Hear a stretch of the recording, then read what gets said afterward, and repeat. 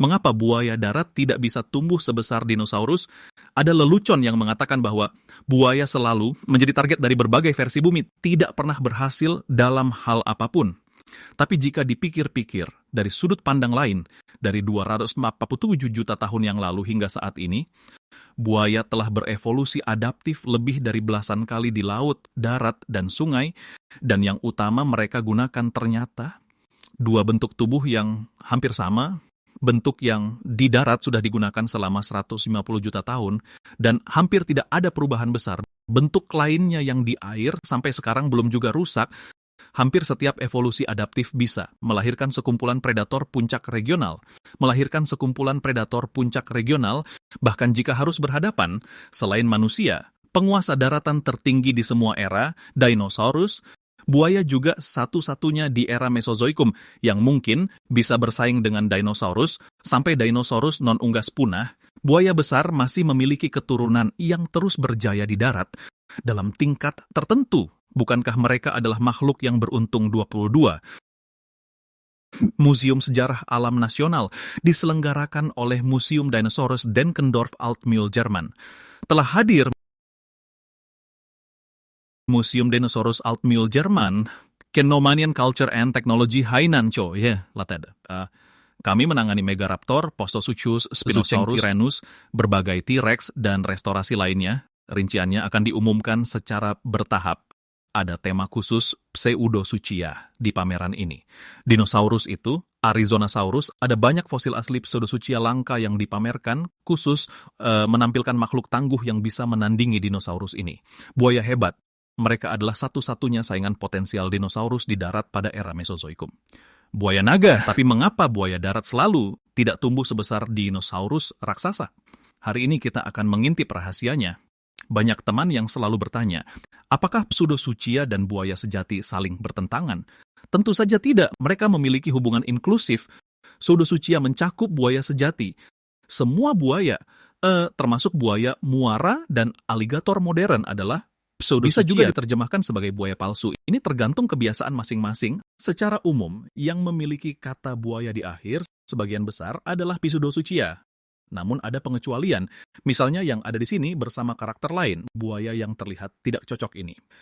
Ukuran kepalanya benar-benar luar biasa. Sebagai penguasa daratan generasi pertama dari Archosauromorpha, Erythrosuchus menguasai kunci utamanya, tetapi hanya kunci utamanya saja, berfokus penuh pada kekuatan fisik dan mengabaikan kelincahan. Pseudosuchia, generasi selanjutnya mungkin lebih canggih dan sisanya adalah tokoh utama kita yang mendominasi daratan di era Trias, dulunya secara kolektif disebut Rawisuchia. Mereka adalah ancaman terbesar sebelum dinosaurus menguasai bumi. Tapi Rawisuchia adalah konsep yang sangat luas, terutama terbagi menjadi dua kelompok besar. Di satu sisi ada yang sangat beragam dengan nama yang abstrak, Poposauroidea. Di dalam kelompok ini juga ada buaya yang bersirip punggung yang bernama Arizonasaurus. Apakah ini kloningan restorasi Spinosaurus jadul dari abad lalu? Sepertinya ini sangat familiar. Sebenarnya keduanya adalah makhluk purba yang sama sekali tidak berhubungan, tapi restorasi modern A dan restorasi jadul B yang sangat mirip ini bukanlah hal yang aneh. Di gambar ini saja ada dua. Coba tebak siapa yang satunya lagi? Dan yang lebih canggih di antara Rawisuchia disebut Loricata. Bisa juga disebut yang berlapis baja, lahir 20 juta tahun yang lalu. Semua spesies buaya populer yang biasa kita bicarakan, dari Postosuchus hingga aligator Tiongkok, hampir semuanya ada di dalamnya. Pilih saja beberapa, semuanya adalah predator puncak. Di pameran ini ada patung Postosuchus, satu buatan Ja. Postosuchus ini sama persis dengan yang ada bertahun-tahun lalu. Di dokumenter Walking with Dinosaurs, saat itu tengkoraknya masih menggunakan restorasi lama, bentuknya agak kotak, giginya tonggos dan tidak punya bibir, serta berjalan dengan 4 kaki, tapi restorasi baru saat ini telah merombak tampilannya secara menyeluruh. Bentuk tengkoraknya diperbarui dengan mulut yang lebih tebal dan cara berjalan bipedal saat menerkam. Taringnya tersembunyi di dalam mulut saat tertutup, memiliki bibir. Ia adalah pemburu darat puncak di habitatnya, cukup untuk membuat kepala penantang yang ceroboh berputar seperti gasing. Kalau bicara soal itu, lihat iPhone 15 Pro Max bekas yang saya beli di sini, cuma 4 ribuan, lebih hemat 1.000 yuan dibanding HP baru. Beli pakai kupon, uang yang hemat bisa buat beli AirPods lagi. Kuncinya adalah Semua barang bekas punya laporan inspeksi khusus. Di platform bisa lihat puluhan hasil inspeksi. Tiba sebelum 16 lulau. Beli sekarang, tiba harian. Ada juga foto resolusi tinggi. Sangat terpercaya. Juga mendukung pengembalian 7 hari tanpa alasan dan garansi 1 tahun. Barang elektronik lainnya juga sangat layak dibeli. Hanya 4.198 yuan bisa dapat MacBook Pro Apple 13 inci tahun 2022. 4.015 yuan sudah bisa beli iPad Pro Apple. Lalu, apakah semua rawi sucian beralih berjalan dengan 2 kaki? Ternyata tidak juga. Sebenarnya ada yang bipedal dan ada yang quadrupedal. Di sini juga akan dibandingkan dengan kelompok pseudosucian berlapis baja berkaki 4 lainnya, contohnya yang lebih basal, yaitu Batrachotomus gower 1959, dengan panjang tubuh sekitar 5 nanometer. Model ini bukanlah pajangan museum, melainkan karya pribadi temanku, Wu Yazai. Dan di sebelahnya adalah musuh bebuyutannya, penguasa perairan saat itu, sejenis amfibi raksasa, Mastodonsaurus, atau disebut juga salamander, katak Mastodonsaurus jaeger 1828. Begitu Batrachotomus salah masuk ke wilayah lawan, kapan saja dia bisa berubah dari buaya pemangsa katak menjadi buaya yang dimangsa katak. Nanti kalau ada waktu akan kita bahas lagi. Saya berkonsultasi dengan orang yang mungkin satu-satunya pakar di negara ini yang mengoleksi fosil gigi Batrachotomus, yaitu Maxwell Wang. Gigi Batrachotomus secara proporsional sangat ramping dan panjang. Meskipun tengkorak ini memiliki 3 atau 4 gigi, sepanjang 10 yang terlepas dari soketnya setelah menjadi fosil, tetapi gigi-gigi lainnya juga sangatlah panjang. Sekilas tampaknya giginya pasti akan menyembul keluar. Namun masalahnya, email gigi Batrachotomus sangat tipis, bahkan lebih tipis dibandingkan beberapa kadal modern.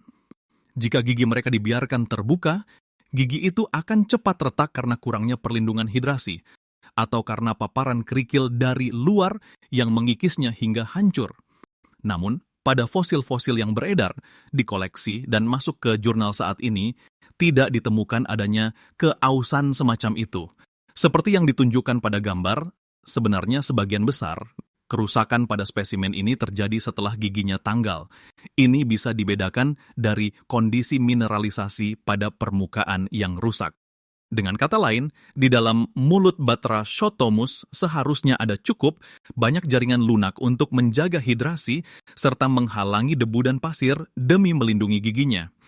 Karena giginya sangat panjang, mereka pasti memiliki bibir yang sangat tebal.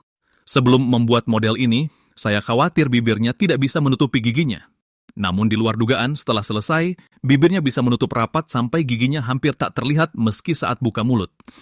Terlihat bahwa klaim gigi panjang memengaruhi bibir. Dalam praktiknya sama sekali tidak terbukti. Kecuali jika giginya tumbuh melebihi garis rahang bawah seperti pada oposum dan harimau gigi pedang, barulah giginya benar-benar terlihat keluar.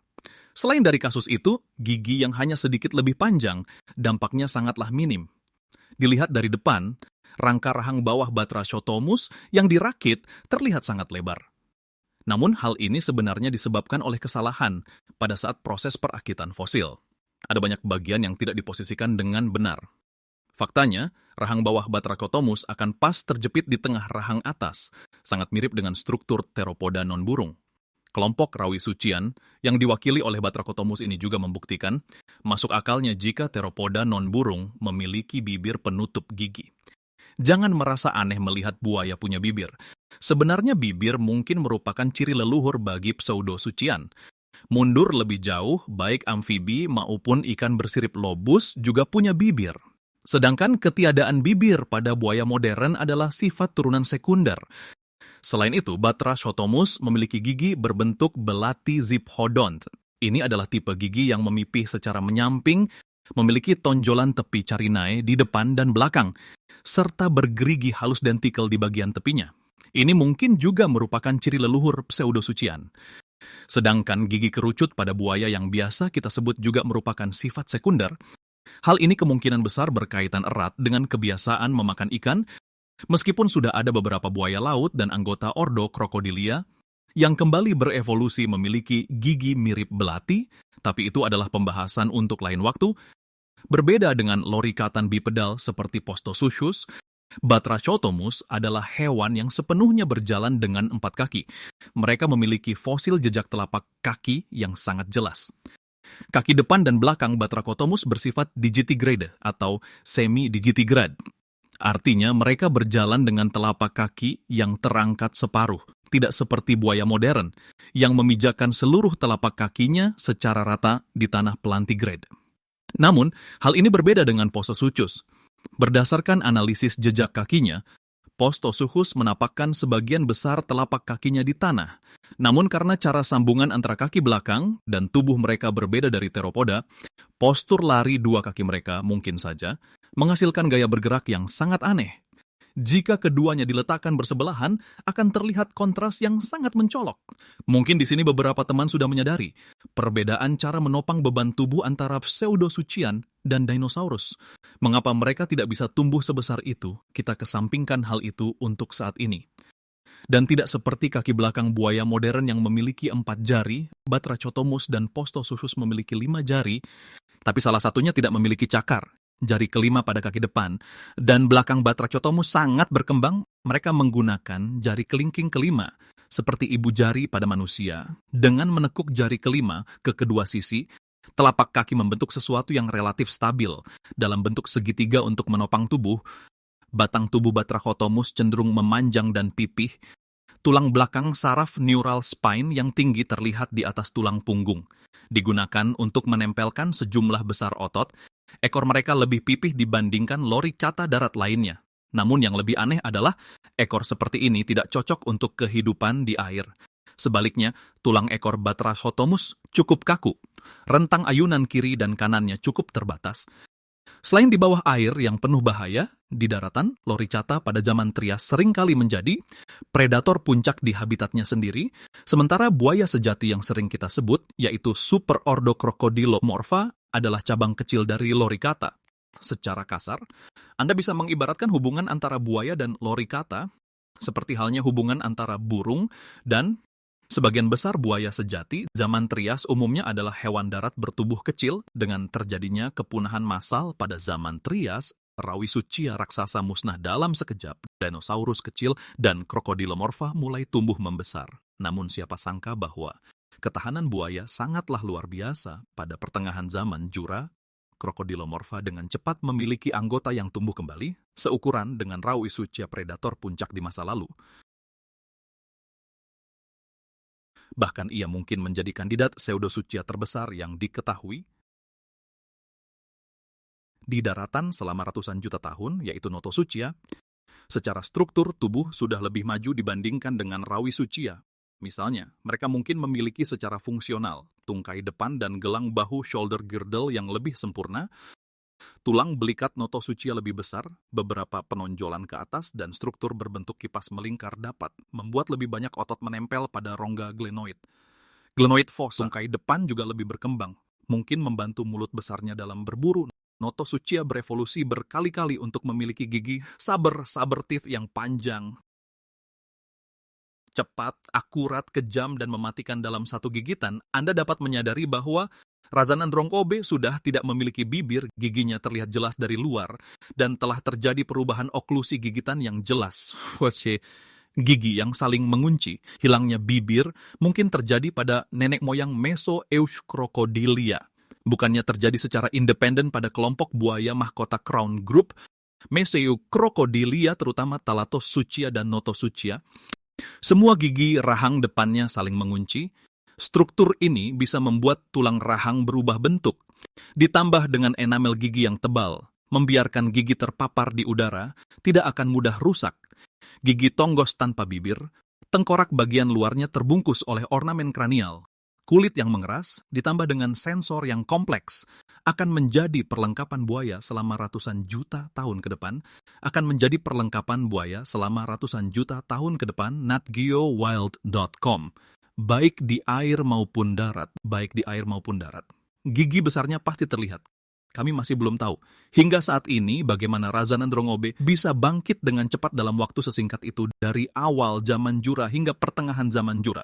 Kelompok buaya telah meletakkan dasar di ketiga jalur, laut, darat, dan sungai. Tidak sulit untuk menyadari bahwa di kisaran berat sekitar 2 ton, Pseudosuchia darat sama sekali tidak memiliki tekanan. Tapi untuk tumbuh lebih besar dari itu akan sangat sulit. Pseudosuchia darat tidak bisa tumbuh sebesar dinosaurus, batasannya mungkin berasal dari panggul dan paha mereka. Struktur tegak buaya darat disebut sebagai tegak pilar-pilar erect. Tulang paha dari kaki belakang tertahan tepat di bawah panggul, sementara pada dinosaurus dan mamalia, struktur tegaknya disebut tegak penopang buttress erect. Penopang buttress adalah istilah dalam arsitektur, merujuk pada struktur yang menyangga dinding dari sisi samping, milik mamalia atau dinosaurus. Di atas tulang pahanya terdapat sebuah trokan terbesar, kepala tulang paha, poros tulang panggul, masuk ke dalam rongga sendi panggul. Kepala tulang paha yang tersangkut di panggul seperti ini membuat pergerakannya sendiri sangat menghemat tenaga, sehingga dinosaurus sejak awal sudah bisa tumbuh jauh lebih besar dibandingkan Pseudosuchia, dibandingkan dengan bentuk milik buaya, ini lebih stabil. Terlebih lagi ukuran panggul keduanya, serta bentuknya sangatlah berbeda. Jika panggul buaya diibaratkan seperti kedai barbeku, maka panggul dinosaurus lebih menyerupai sebuah gubuk. Buaya darat berkeliaran selama 100 juta tahun, hingga akhirnya punah, dan ciri khas ini tidak pernah berubah. Lalu mengapa sama-sama hewan darat berpostur tegak? Mamalia karnivora darat terbesar masih kalah besar dari buaya darat.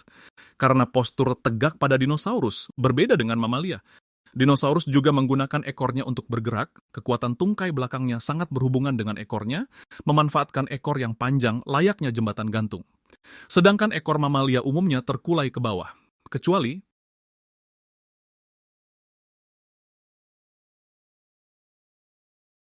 tentu saja ada alasan lain mengapa bobot buaya darat bisa melampaui karnivora darat.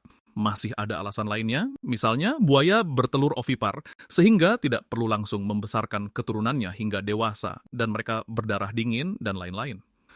Pada pameran kali ini, di ruang pameran terdapat patung skala 1:1, rancangan Studio Ja, dari Postosuchus dan Sinosaurus trias. Sekilas Postosuchus memiliki tubuh yang padat, dengan mulut besar dan tebal. Jika harus bertarung 1 lawan 1, ia tidak kalah dari Sinosaurus. Namun jika melihat struktur spesifik mereka, tidak sulit untuk menyadari bahwa Sinosaurus trias memiliki daya topang yang lebih kuat dan potensi untuk tumbuh menjadi ukuran yang lebih besar. Segera saja kelompok Theropoda yang berkembang pesat secara bobot langsung melampaui Phaseolasuchus. Setelah mundur dari posisi puncak, buaya darat berzirah besi yang pensiun ini, natgeotv.com menghasilkan keanekaragaman yang jauh lebih luas. Boleh dibilang selama mau merendahkan standar natgeotv.com, jalan keluar selalu lebih banyak dari rintangan Nat.io. Tidak perlu bersusah payah bersaing ukuran, Menjadi predator skala menengah ke bawah sudah lebih dari cukup. Pada zaman kapur, bisa dibilang merupakan masa puncak dari buaya darat. Ada yang bercosplay jadi terenggiling, ada yang bercosplay jadi Inostransvia, ada yang tumbuh gigi geraham, dan ada pula yang diduga berevolusi memiliki belalai. Ada juga buaya darat yang malah berubah jadi herbivora atau pemakan serangga. Seperti Simosuchus, jika masih ada di zaman modern, mungkin ia bisa masuk ke pasar hewan peliharaan. Apalagi mereka punya gigi geraham, dan ternyata bisa berganti gigi. Benar-benar bikin iri sampai menangis. Pada saat yang sama, mereka tidak melupakan identitas sebagai predator ganas. Seperti Baurusuchid dan Peirosaurid, tidak hanya bermulut besar dan bertaring. Beberapa kelompok bahkan berevolusi memiliki tulang belakang bagian leher dan bahu yang menjulang tinggi. 50 diup anabohoham, tulang lehernya sangat tinggi. Memanjang terus hingga ke bahu, membentuk puncak bahu yang menjulang. Tampak seperti Megalosaurus versi kuno dari Crystal Palace, dipadukan dengan gigi pedang panjang dan tungkai depan yang kuat. Tubuhnya yang sepanjang lebih dari 3 meter berkeliaran di Amerika Selatan dan banyak tempat di Afrika. Bahkan Megaraptor yang tangguh, jika tidak memiliki keunggulan ukuran, juga akan segan terhadap mereka. Hari demi hari, tetangga mereka silih berganti. Buaya darat menatap kerumunan dinosaurus penguasa dari jauh natgeotv.com. Hingga keadilan turun dari langit saat semuanya hancur, akhirnya para dinosaurus musnah. Buaya darat juga mengalami kerugian besar. Buaya darat herbivora yang tampak mirip terenggiling atau anjing kecil itu tidak akan pernah kembali. Hanya menyisakan predator besar yang diwakili oleh kelompok sebecit. Raptor delta hanya menyisakan predator besar yang diwakili oleh kelompok sebecit. Mungkin bagi buaya menjadi predator puncak adalah hal yang paling mudah karena tidak memerlukan perubahan apapun. Sejak dinosaurus lenyap, buaya darat selalu menjadi barisan, puncak kekuatan tempur darat di era Kenozoikum. Namun di balik kejayaan itu, hanya mereka yang tahu, keanekaragaman keluarga mereka telah habis terkuras. Bagi hewan darat, tanpa adanya releng ekologi yang berlebih dan hanya menyisakan predator puncak, maka kepunahan massal hanyalah masalah waktu. Dengan bentuk seperti ini, kelompok sebecit terus berjaya selama lebih dari 40 juta tahun. Hingga buaya darat menyelesaikan seluruh misinya, mereka semua tetap mempertahankan struktur tubuh yang serupa. Hampir semua buaya yang diketahui, baik yang hidup di laut, di darat, maupun di air tawar, struktur anatomi mereka tidak banyak berbeda, sehingga buaya dikenal sebagai fosil hidup. Dimanapun mereka berada, atau menghadapi tekanan apapun, mereka menghadapinya dengan bentuk yang hampir sama. Fosil hidup bukan hanya buaya air tawar, tetapi juga buaya darat. Buaya tampaknya tidak pernah berpikir untuk meniru struktur anatomi dinosaurus, tidak membiarkan panggul besar dan postur buttress erect menyalakan harapan baru bagi Pseudosuchia. Di zaman Miosen, ketika semua makhluk berkembang pesat, mereka sekali lagi tumbuh, mencapai berat lebih dari 2 ton. Barinasuchus memiliki panjang tubuh lebih dari 6,5 meter dan kepalanya saja berukuran sekitar 1 meter. Ukuran seperti ini di era Kenozoikum sudah cukup untuk mendominasi. Mungkin di daratan setelah kepunahan dinosaurus, mereka adalah karnivora terbesar yang pernah ada. Namun di balik kejayaannya yang gemilang, ini hanyalah sisa-sisa terakhir dari sebuah kelompok kuno. Keanekaragaman kelompok sebecit telah sangat menurun dan tidak bisa kembali lagi. Ini mungkin terakhir kalinya mereka berdiri di atas panggung sebagai raja. Setelah melewati berbagai rintangan selama 200 juta tahun, biarkan kejayaan buaya darat untuk terakhir kalinya bersinar di atas tanah kuno ini.